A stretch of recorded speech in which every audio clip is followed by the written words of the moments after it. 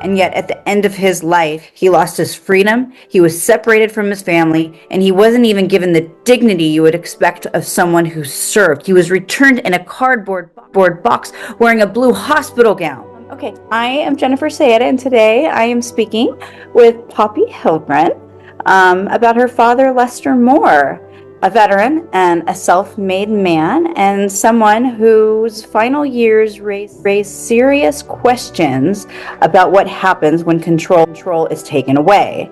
So, Poppy, let's start with your dad. Who was he? My dad was Lester Moore. He was born on September in Van Buren, Arkansas. He was the first of 9 children, and he lived through the Depression. They lived in poverty. People couldn't get jobs at that time. So when he was 17, he decided to join the Navy. He was going to make something of himself. He went to San Diego, California for boot camp. In 1946, he was in the Navy through 1951 during the Korean War. When he got out of the Navy, he decided to go back home to Arkansas. He was there for a while. He saw that he wasn't going to get a job in 1951, so he moved out to California. He got a job at Lockheed Aircraft in Burbank, California. That's where he met my mother. She was working there at Lockheed Aircraft, and they were married. He was adamant about making something of himself and not being in poverty any longer. And my parents worked very hard. I was not born until 1957. The year before I was born, he returned to his family in Arkansas and bought property in Arkansas with the whole idea retiring there someday. And he bought a ranch in Arkansas, 563 acres, and he and his younger brother built up a cattle ranch there. That was his whole goal. Ended up retiring at age 62. He loved his land. Now, tell us a little bit about yourself. If I understand correctly, you're a nurse? And I did become a registered nurse and graduated in 1984 with my bachelor's degree in nursing. You were a nurse at the VA hospital? What can you explain that to me? I worked as a nurse for 39 years, okay? And then the opportunity came up for me to work at the Veterans Home in Boulder City, Nevada. And I was the director of nursing there for 9 years. I loved working with the veterans. I loved it. I was in the Army as a nurse. My husband was retired from the Army. 20 years in the infantry. I have 3 sons. One was in the Marines and 2 were in the Army. My mother was in the Army in World War II. My dad was in the Navy during the Korean War. All of my dad's brothers, there were 6 boys, they all served in the military. I have uncles, cousins, all in the military. So I feel a great draw to the veterans, and I loved working at the Veterans Home. It was great. Talk about an all-American family. Oh my gosh. Wow. So you were the DON at the VA. Where is the transition between your dad getting a little bit older in age and ending up inside of a conservatorship or living in arrangements? Because if I understand correctly from a past conversation, he could have lived at the VA. Help me out here. I could have gotten him into the VA home just like that. I mean, I ran the place. He could have been accepted, but by that time he was already in a conservatorship and they wouldn't let him go. We charged at the Veterans Home, which was $125 a day is all it was. It's quite a bit lower than most nursing homes. The conservator, who are we talking about? Oh, Angelique Friend, okay. Probate Services in Camarillo, California. I live in Nevada. My dad was living in Thousand Oaks, California. My dad did express to me that he was concerned he was getting more confused, should either take him to Arkansas to to be there, and that was his dream. That was what I wanted to do. I offered him to come live with me. He came out to Nevada, stayed with me for a couple of weeks. In the meantime, I did get the 2 letters saying that he was incapacitated from his physicians, according to the family trust. He did have a family trust made with my mother in the year 1993 that could take over should there be dementia, incapacity. And in the trust itself, it said that if 2 doctors wrote the letters, automatically I would become the successor trustee, which is what I did. I wanted to protect. You want to know what happened with this? So Judge Glenn Reiser said, and we're going to give it to Angelique Friend, out of the blue, a private fiduciary for 9 years, almost 9 years, that my dad was under Angelique and whatever attorneys would bill, oh my God. And it's started off, so he was placed under her in May of 2012. His property in Arkansas was sold off with 600 acres, 4 homes on it, all of the ranching equipment, everything he had in the homes was meaning to move to Arkansas. So a lot of our memorabilia was in the homes. His antique vehicles, which he had on the ranch, disappeared. Everything in there, all of the farming, my cousin said they hauled it off in flatbed pickups and got rid of it. I asked Angelique Friend what happened. She said, I don't know what happened to everything. So what happens to giving you an itemized inventory of what you dispose of on somebody's property? My dad cried when I called him up and I said, it's gone. It's gone. Leah, and I just wanted to tell you a little bit about what happened to my grandfather, Lester Moore. My grandfather was fraudulently placed under a guardianship in California, where he lost everything that he owned to people appointed by the court. He lost things such as his ranch, his savings, and then his life to medical negligence. The probate court, which appointed my grandfather into a guardianship, takes advantage of elderly people. Guardianships are supposed to be about protecting the elderly people, but instead are about real estate trafficking. The purpose is to be able to take away their civil rights and take up all of their assets. This enables lawyers, judges, and guardians to sell off everything and take their money for themselves by billing for it. The situation is very under-addressed in the media and really needs to be stopped. Please speak to your local elected officials about this thing. Angelique would not let my dad go to his younger brother. Remember, I said he had 6 brothers. There were 6 boys in the family. His brother died unexpectedly on my dad's birthday, September 9th, 2016. And she wouldn't let him go to Arkansas to go to his funeral. So he never got back to Arkansas ever again, ever. Oh my goodness. Oh my gosh. Wow. Okay. Wow. Where was he living? Because that was the home is it Thousand Oaks that you grew up in? Yes, I grew up in Thousand Oaks, California. We moved there in 1967, and we had a nice 3-bedroom, 3-bath house there in Thousand Oaks. She kept him, Angelique, in the house with private duty people watching over him. And where did those private duty people come from?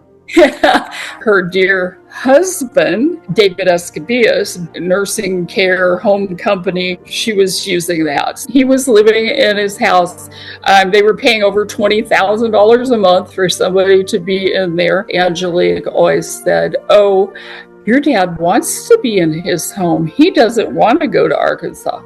Okay, the whole idea, he loved Arkansas. He was a Southern guy. He wanted to get out of there. He went to California, out of the Navy, and, he made his money and he wanted to go home. It was never home for him. Oh my goodness. So where did he pass away? And What happened between Angelique coming in and where did he end up? Did he end up going to a home, or was he in his home? What's the dynamics?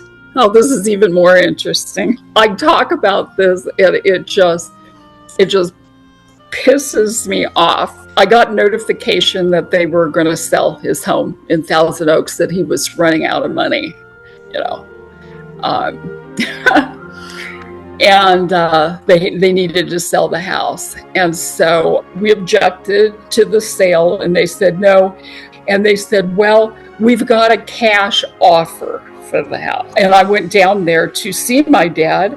They had already moved him into the group home in Cameron, and I went by the house to look through the house. There was no for sale sign in front of the house, and I was very friendly with the people next door. We had known them forever, these people that lived next door, and they said there was never a for sale sign there. I took pictures of it. Then they had a big fit. Angelique and everybody said that I was being disingenuous. I was lying. And when I said there was no for sale sign there, well, now I get it. They were doing some underhanded stuff. And when I saw what they sold the house for, it was like $250,000, $300,000 less than the house across the street. Why would they sell it for $250,000, $300,000 less than comparable homes in the neighborhood? Well, I know. I mean, it's all corruption. I did see my dad that day, and I had to get back up here to get back to work because COVID was getting ready to ramp up, and we knew all of that was coming down the pike. That was the last time I saw my dad. It was the end of February 2020. They wouldn't let me see him. They said, well, COVID. I said, I am running a veterans home. We allow people to see their family members. Center for Medicare, Medicaid Services is not saying to keep them away from elderly people, away from their families. And they said no. I said, what about window visits? Because that's how we started, allowing somebody with the window glass between them to visit their families. No, they said no. So I never saw my dad again. My dad was placed in this group home for $8,000 a month. Angelique was paying for nursing care an additional $8,000 for a nurse. So $16,000 a month for him to be in this group home. Wrote my dad. I would do FaceTime with my dad, and I would see him that way, but I never laid eyes on him again. She began, Angelique Friend, to push me to get hospice for my dad, and I raised holy hell for that. I said no. I said I don't agree with it. I said they'll take him off all of his medications. She said, well, he would get more nursing care if he had hospice. You know something? And as I think about that now, I think, wow, he's paying $8,000 extra a month for the nursing care. What does he need more nursing care? Well, we all know that was just baloney. That was not true. So I told her no hospice. They never would tell me the medications he was on. They would never tell me how much he weighed, anything. And I had an email from Angelique that said my dad died that morning. She never called me. He died. And I did not know how he died until I got the medical records. I read medical records for a living, so I had to raise hell about that to get the medical records. The hospital refused to give them to me because my dad had a conservator, but I ended up getting it. I had to show him my birth certificate. I said, well, he doesn't have a conservator now, he's dead. I said, I am entitled to get the medical records. We went round and around, so it took about close to 2 months to get the medical records. When I read the medical records, I was absolutely horrified. My dad went to the hospital. He died from septic shock, due to a bowel obstruction due to a massive fecal impaction. So he died a painful death, an unnecessary death, and they're all on board with Angelique. It is a racket. Sally's group home. Sally's group home. And it is about accountability. So that's how he died. He was dead within 24 hours of being in the hospital. I got his body in 5.5 weeks after he died, because I said, I want him up here. You know, I was sure she would have cremated him and all of that. And I got his body. He was in a cardboard box.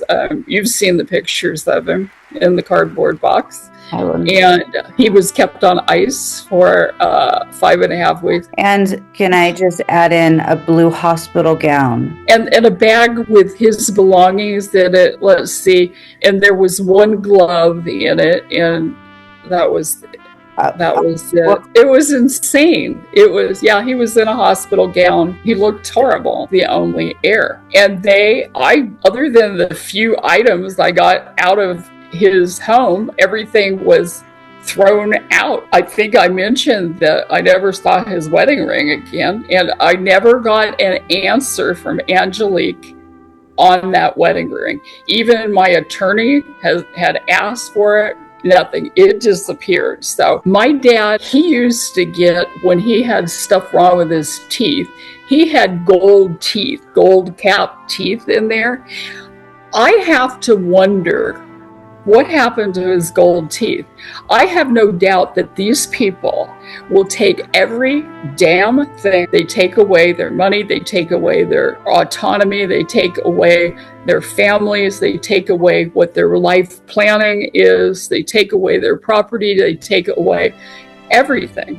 I mean, you know, even 3.5 years after my dad died, they were selling off stocks and bonds. These people took the ranch, they took the home, they took everything down to his last moment of dignity, including you. One of the things that I was most proud of working at the veterans home was the administrator came up with the most beautiful idea. When we had residents pass away, we had the honor flag ceremony when somebody would die. My dad missed that. He didn't get a flag over his casket. When they would die, we would all, at the veterans home, everybody that worked there or visitors often would take part of it. And we had the body would go out on a gurney to, instead of squeaking them out on the, out the back door, we made a big ceremony of it. And when people would pass and they had the flag over their body, they would go down slowly to the taps was being played overhead, and they would go out. I would salute because I was previously in the military, and other residents would come out. They would call the colors, and out the door they would go. It was a beautiful ceremony. It broke my heart that my dad didn't. He would have been there. He would have been treated wonderful. He would have loved it there. They loved the fact that I had 3 kids in the military. I had their pictures outside my office. They would come talk about them. My kid got deployed, and it was so neat. My dad could have experienced that, but no, he was a cash cow for Angelique Friend, and it pisses me off. If being obsessed with this is wrong, then I don't want to be right. Yeah. Sorry, I needed a moment to process so much. And he was getting Social Security as well. But my dad had money that they were pissing away. I get it. And not to take away, but my brother has insurance, and yet he's in when it should be covered by insurance, and an institution paying $1,000 a day out of pocket, $1,000 or more a day to have a nurse at his side when he had waivers. He has waivers. Well, I don't even know if he's still alive. What are they hiding if you can't know this stuff? They want us to be totally cut off from our loved ones. They don't want us, even though I had, not only was I successor trustee, but I had medical power of attorney. I had all the power of attorneys for him for end of life decisions and everything. So, who do you trust? I mean, all of this is such a lesson.